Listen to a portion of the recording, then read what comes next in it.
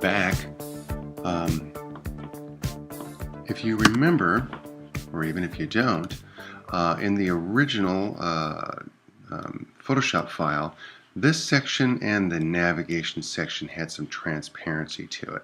So also around corners on 3 of the corners. So we're going to do that now. And then we're also going to add this drop shadow into this text. Okay, so here we are, back over in Dreamweaver. So the first thing I want to do is I want to go to, remember this section was created by header, right? I mean section is created by section. So I want to go to the section rule, and here's the section color. Let me double click it so we can get on the screen better. So the background color, if I go click here, I can click all the way out here in this little flyout menu, go to the bottom of that, pick the format, not RGB, but RGB alpha.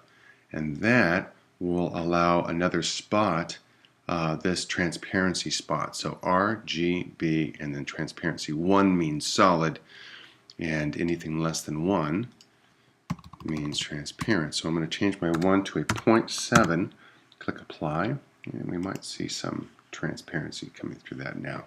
Okay, good. The other thing I want to do is make the round corners on this. Now the thing about that is you won't find it in this dialog box anywhere.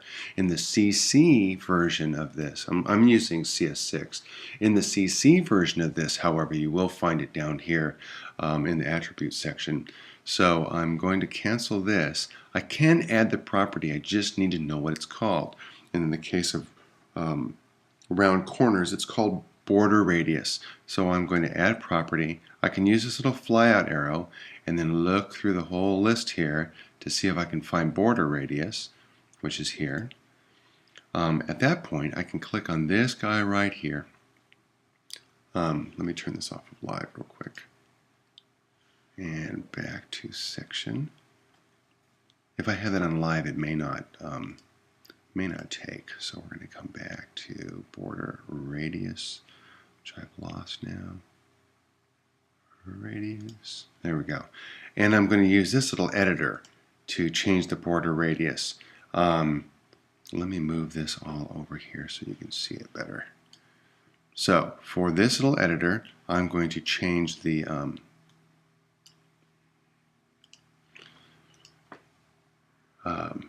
change all of them to 40.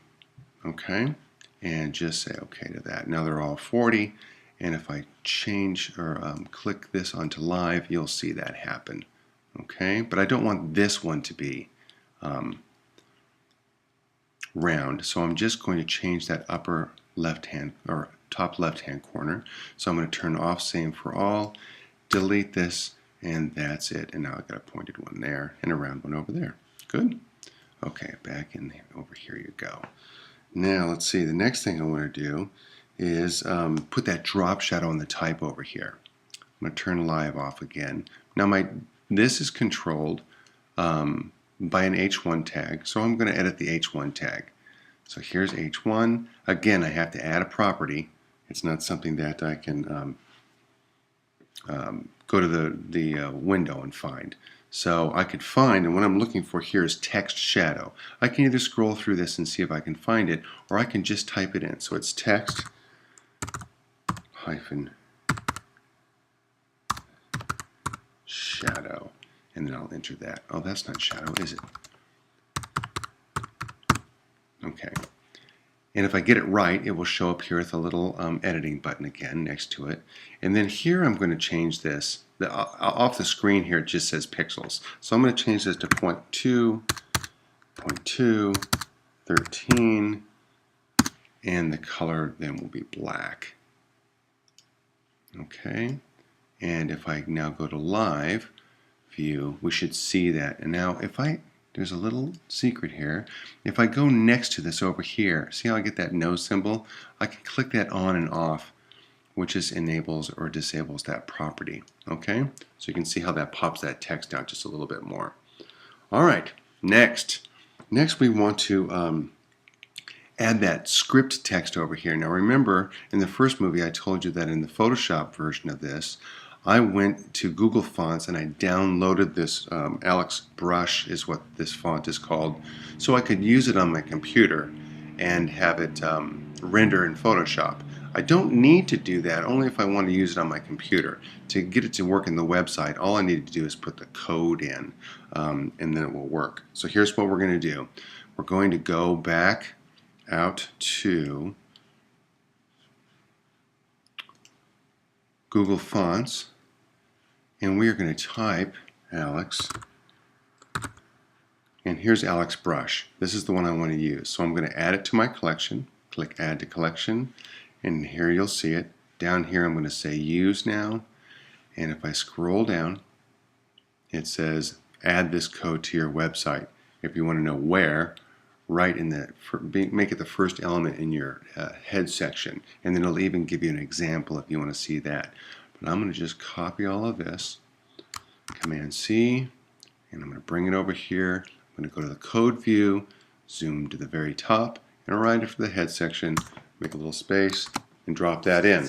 So this is when your website first opens up, it sends this off to look for Alex Brush on the Google Fonts website, so that it will load it to the end user's browser so that he can see this font on his screen. So the next thing we want to do to make this work is we're going to slide down here a little more, is I want to use this font family, Alex Brush, and also cursive. That's the font stack. So I'm going to copy that. I'm going to come back over here, and where I want this to be is just on this text. So for this text, I'm going to create a class, and we'll call the class Fancy because it's kind of a fancy font, and then we'll just apply it to this text right here. Okay?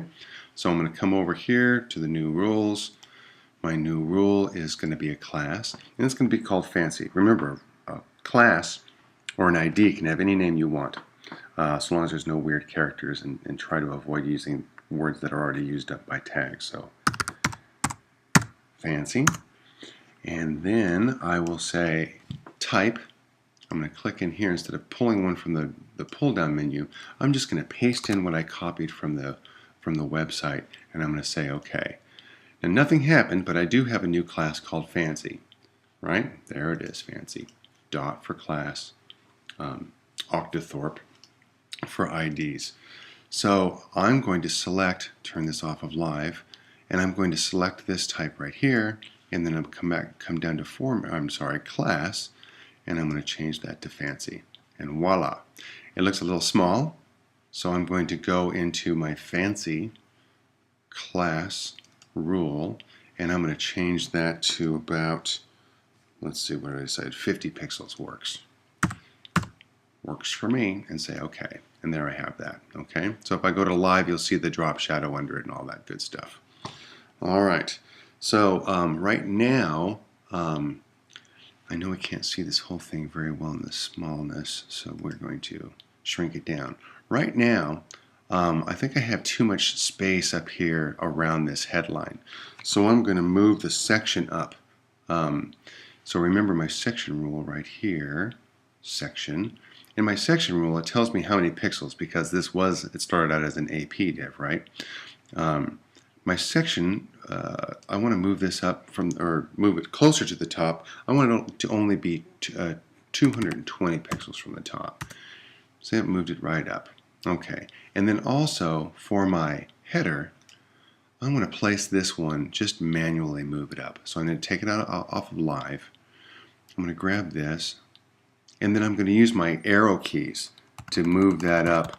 I'm going to use Shift to move it a little faster. Shift and the arrow keys moves it 10 times as far. And I'm going to just kind of visually poke it in there between those two things. Okay? So that's more what I'm looking for.